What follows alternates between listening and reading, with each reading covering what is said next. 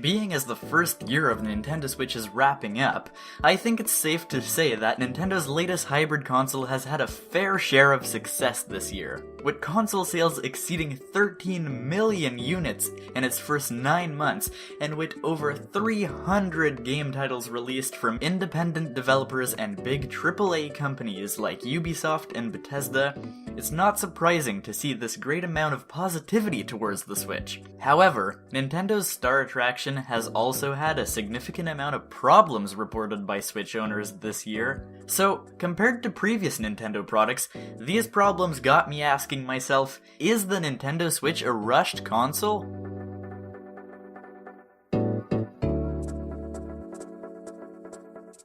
Hello everybody, my name is Skullkid, and today we're going to be taking a look at some of the problems that Nintendo Switch has faced this year, ranging from hardware problems to service issues, leading me to wonder if the Nintendo Switch's production wasn't rushed to quickly replace the already dying Wii U.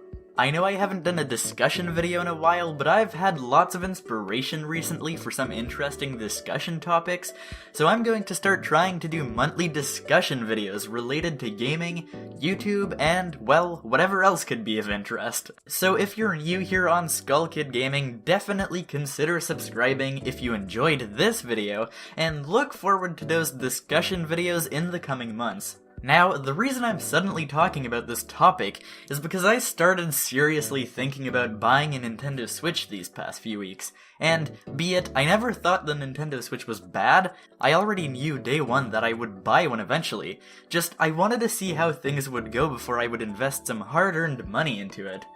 Anyways, back to the topic at hand, I got the idea to make this video when I was scrolling through Instagram, and I saw someone talking about how his Nintendo Switch was cracked all over, suspecting overheating as the issue. Adding this to my previous knowledge of issues reported at launch, I started seriously wondering if buying a Switch was a wise move, or if every Nintendo Switch was just bound to inevitably break one day. When I look at the list of problems that the Nintendo Switch has, it just makes me think that production was rushed, and that not enough testing had been done to ensure the product's quality. In the past, Nintendo has been known for great quality control, but could it be different for the Switch? The first widespread problem that was reported and acknowledged by Nintendo, the Joy-Con desyncing issue, just seems like something so easy to find that it makes you wonder how little testing went into the Switch. Were the Joy-Cons only tested at arm's length or what?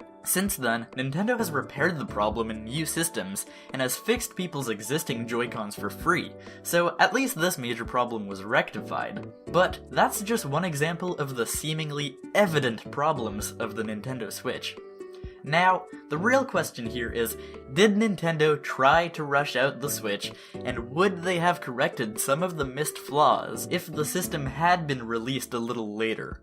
But anyways, here are some examples of problems that happened during the beginning of the Switch launch, and some of these I don't know if they are still relevant, but for example, when the Switch launched, a lot of people started reporting that their dock was scratching the outside bezel of the Switch screen, and considering that Nintendo has had such a good history of marketing their products to kids, or being known for having lots of kids use their products, it's sort of surprising that something like this would be overseen by Nintendo, because they usually put so much attention on trying to make their products durable so that, they won't break. The 3DS is surprisingly durable even though it's a clamshell.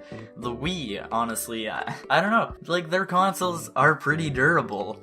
Everything they do is pretty durable. But with the Switch, simply putting your Switch into the dock while not thinking about it can eventually cause you to scratch your Switch screen just because you sort of bumped into the side of the dock or who knows what. It could have been such a simple tweak to put a bit of padding or maybe make the plastic better quality, but it's clearly been overlooked here. And the Joy-Con desyncing, you wouldn't think is a problem that would have plagued the day one Switches. It seems so so obvious that you would test the wireless in your controllers, and of course they obviously did to some extent, but I mean, realizing that just covering up your controller can completely block its output signal is just flawed design. And a couple more issues that people have reported on more recently, mostly because they're problems that take longer to present themselves, are, for example, the heat causing the Nintendo Switch to bend or to warp when used in the dock because it would overheat for long periods of time. Another talk about how there was a over-tightened screw, I believe, on the left side of the Switch, and it would cause the Switch's back to crack because there would be too much pressure and possibly the battery was like swelling up when you were using it for long periods of time, or the heat, but all these would cause the Switch's back to crack, and it's these types of things that seriously make you wonder how much quality control went into making the Nintendo Switch. Now, of course, hopefully these issues are being fixed as more Switches are produced, but to me it's really concerning to see that a $400 investment can literally just self-destruct with overheating issues. It's a pretty great achievement to fit this much power in such a small device, but it just feels like they didn't test it enough. Whenever you're trying to do a feat of engineering, of course there's gonna be more flaws. It's not just like making a new computer where you know that there's lots of space, lots of cooling, and that nothing bad can ever happen. This is trying to cram a bit more than a Wii U in the size smaller than a Wii U gamepad. And, of course, you're gonna have some issues if you don't test it enough. But there haven't only been hardware issues with the Nintendo Switch. There's a bunch of examples on the software side of things that also point towards the rushed release of the Nintendo Switch. For example, the interface on the Nintendo Switch is very simplistic, and even though it's always good to have a streamlined interface nowadays on consoles so they can run smoothly, there's pretty much no customization. Not even like the 3DS where you can put badges and themes, and granted, these things weren't on the 3DS at launch, but at least you could make folders and move around your icons and stuff, but there's literally no customization on the Switch. The eShop is also really oversimplified, making it hard to discover less popular games if you're not looking for a particular game, and it's possibly hiding some great hidden gems that could be making more profits towards indie game companies. It's really hard to discover new games on the Nintendo Switch, even for a console with so much potential for these small indie games or such things.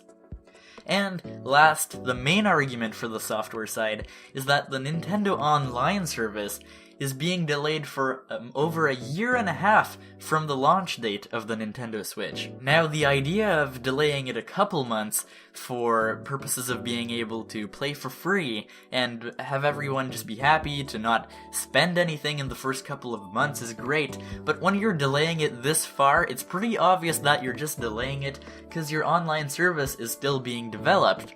Now, I don't think they've been trying to hide that fact, but the point is, usually if you're gonna ship a console or a product, you want it to be like fully finished. You don't just want to have a hollow shell with nothing inside. So, the fact that the online service is like still being developed a year and a half later is just mind-blowing, honestly. It just goes to show that it feels like they really wanted to release the Switch as soon as possible. And of course there's a bunch of online features lacking that we'll hopefully get with the new Nintendo Online, such as like playing with friends in a simpler manner, or party chat, or things like that Xbox and Sony have been doing for decades now. So, as you can see, many of these problems seem to point to the fact that the Nintendo Switch was probably rushed a bit too soon to market to make up for poor Wii U sales, and hopefully newer versions of the hardware won't experience any of these more long-term problems that many Day 1 Switch owners may have experienced. So, for me, I don't think these potential issues are going to stop me from purchasing a Nintendo Switch, but let me know what you guys think about this whole topic. Is it gonna stop you from buying a Nintendo Switch? If you already have a Switch, have you encountered any problems with it yet? Let me know down in the comments below, and if you have any suggestions on how I can improve these videos or have an idea for a future topic, please bring it to my attention. Anyways, that's it for today's discussion video. As I said earlier, I'll be doing discussion videos more regularly now, so don't forget to tune in for that. And as always, thank you so much for watching. If you enjoyed this video, please give it a thumbs up. It always helps me out. Of course, don't forget to share this video with all your favorite Switch fans out there. And of course, don't forget to subscribe to Skullkid Gaming for more Switch discussion videos and all things gaming right here on Skullkid Gaming. Have a great day everybody, and I hope to see you in the next video.